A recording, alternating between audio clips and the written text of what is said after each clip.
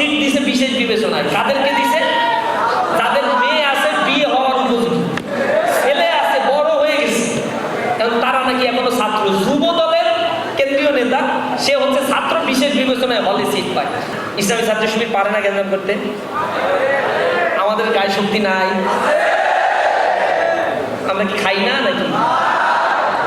কারা বেশি শক্তি দেখাচ্ছে? আওয়ামী লীগের আমলে ছাত্র দলের যারা হলে থেকে মার খাইছে আর তাদের এই মায়ের গুলো ঠেকাইছে যারা, তাদেরকেই এরা আবার মারতেছে। সিন্নি খাইলো মোল্লার উসিলায়, সেই মোল্লাটাই এখন আর চিনতেছে না। যারা অকৃতজ্ঞ হয়, আল্লাহ রাব্বুল আলামিন অকৃতজ্ঞদেরকে পছন্দ করেন না, অকৃতজ্ঞদেরকে পছন্দ করেন না। এই ঢাকা বিশ্ববিদ্যালয়ে কত মর্মান্তিক ঘটনার সাক্ষী। তোমরা যখন মাইল খাইতা তখন সাংবাদিকরা ঢাল হয়ে তোমাদেরকে বাঁচায়, তারপরে তোমাদের ক্যাম্পাস থেকে বের করে দিত ছাত্রদলকে। সেই সাংবাদিকদেরকে গতকালকে তারা 20 জনকে পিটাইছে। কতটা অমানুষ, কতটা স্পর্ধা তাদের মধ্যে আছে। আমরা ধৈর্য ধারণ করছি।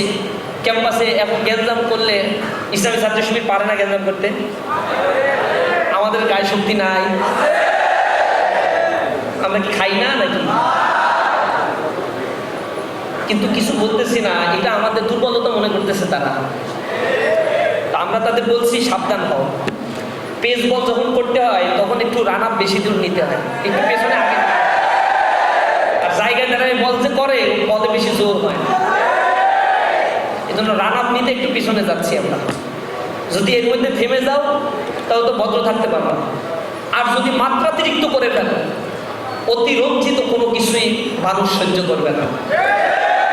প্রত্যেকটা ক্যাম্পাসে গায়ে পাড়া দিয়ে ঝগড়া করতেছে, কোনো কিছু সৃষ্টি করার কোনো দক্ষতা তাদের নাই।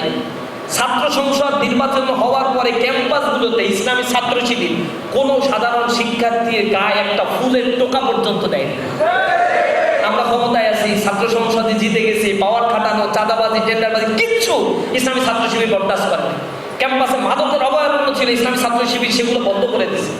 ছাত্রদের, শিক্ষার্থীদের অধিকার এখানে প্রতিষ্ঠা করার জন্য গণরুম, গেস্ট রুম, নেতার রুমের ভিতরে থেকে দিনের পর দিন নেতার পেছনে পা চাটতে হইতো।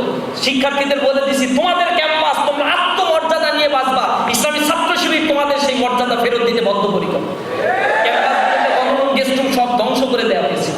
এরপরে আমরা আবার দেখলাম বিশ্ববিদ্যালয়ে আদু ভাই 36 জনকে হলে সিট দিছে বিশেষ বিবেচনায়। কাদেরকে দিছে? যাদের মেয়ে আছে বিয়ে হওয়ার উপযোগী, ছেলে আছে বড় হয়ে গেছে, কারণ তারা নাকি এখনো ছাত্র। যুব দলের কেন্দ্রীয় নেতা সে হচ্ছে ছাত্র, বিশেষ বিবেচনায় হলে সিট পায়। যারা হলে সিট দিছে ওই সিট দিয়া প্রভোস্টের চাইতেও ওই ছাত্রদের বয়স বেশি। উপরে উপরে দেখাচ্ছে আমরা খুব ফিটফাট আছি, অর্থনৈতিক অবস্থা তলে তলে একবারে বেহাত দশা বানায় ফেলছে তারা। এরকম পরিস্থিতি সামাল দেওয়ার জন্য, জনগণের দৃষ্টি ভিন্ন দিকে প্রবাহিত করার জন্য তারা যে এই কাজগুলো ক্যাম্পাস অস্থিতিশীল করছে তা আমরা বুঝি না।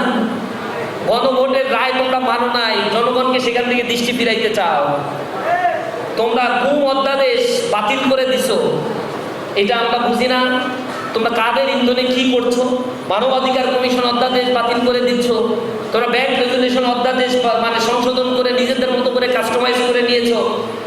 এই অপকর্মগুলো ঢাকার জন্য তারা আসলে এই কাজগুলো করতেছে, ক্যাম্পাস উত্তপ্ত করার চেষ্টা করছে।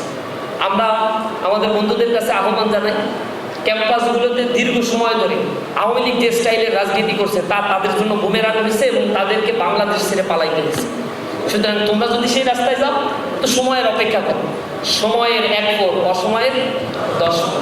সময় অনুযায়ী এমন শিকার মানে এমন অবস্থায় পড়বা যা সামাল দেওয়া তোমাদের পক্ষে সম্ভব হবে।